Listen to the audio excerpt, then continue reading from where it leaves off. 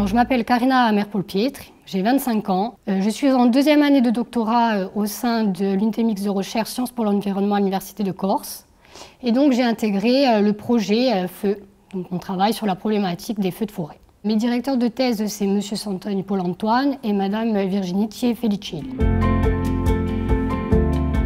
Nous travaillons donc sur la problématique des interfaces forêt-habitat, donc qui sont des zones où les constructions sont très proches des espaces naturels. Donc en cas d'incendie de végétation, ces zones elles sont très vulnérables parce que l'incendie va pouvoir se propager très facilement à la construction via tout ce qui est aménagement extérieur, les matériaux extérieurs ou la végétation environnante proche de la maison. Durant ma thèse, je m'intéresse à tout ce qui est terrasse, car c'est des matériaux vulnérables, car ils sont souvent réalisés à partir de matériaux combustibles. On va penser par exemple au bois tout de suite. Elles peuvent facilement propager l'inflammation à la construction, car elles sont souvent collées à la construction.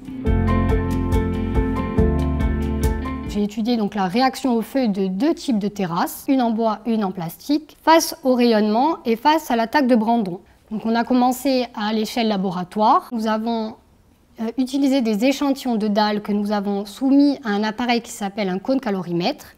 Et cet appareil, en fait, il simule le rayonnement que pourrait avoir le rayonnement d'un front de flamme lors d'un incendie. Par la suite, nous avons également étudié le rayonnement à l'aide d'un panneau radiant. Donc, nous avons soumis les dalles, cette fois-ci à l'échelle produit face au rayonnement du panneau radiant. Et enfin, nous avons également regardé la réaction au feu des dalles face à une attaque de brandon. Donc, comme si le brandon qui s'échappait du feu venait se loger entre les interstices des dalles, par exemple contre les pieds des dalles, à la surface des dalles. Et ensuite, nous avons fait des tests à l'échelle du terrain en respectant une configuration d'interface forêt-habitat. Parce qu'il faut savoir que les interfaces forêt-habitat, pour limiter la propagation d'incendies, il existe les arrêtés de débroussaillement. Donc dans ces arrêtés, qui régissent tout ce qui est conservation ou élimination du combustible autour de la maison, il est dit que nous pouvons conserver certains végétaux comme les haies en respectant certaines distances en fonction de la hauteur de la haie. Donc à l'échelle terrain, nous avons fait donc, un test en respectant ces arrêtés de débroussaillement. Donc nous avons mis une haie, nous avons disposé une terrasse en bois et nous avons disposé donc différents capteurs afin de représenter le positionnement de la maison.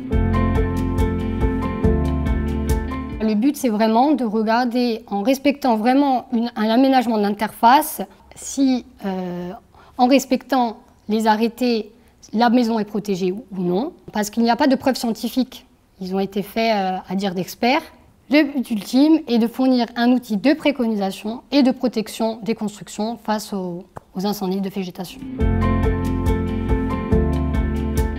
On a déjà des premiers résultats quant à l'inflammation des deux types de dalles étudiées, donc celle en plastique et en bois, par rapport au brandon. Ces résultats ont fait l'objet d'une publication et on a pu démontrer qu'il existait des zones vulnérables et on a pu aussi comparer la réaction au feu de ces deux types de dalles par rapport au brandon.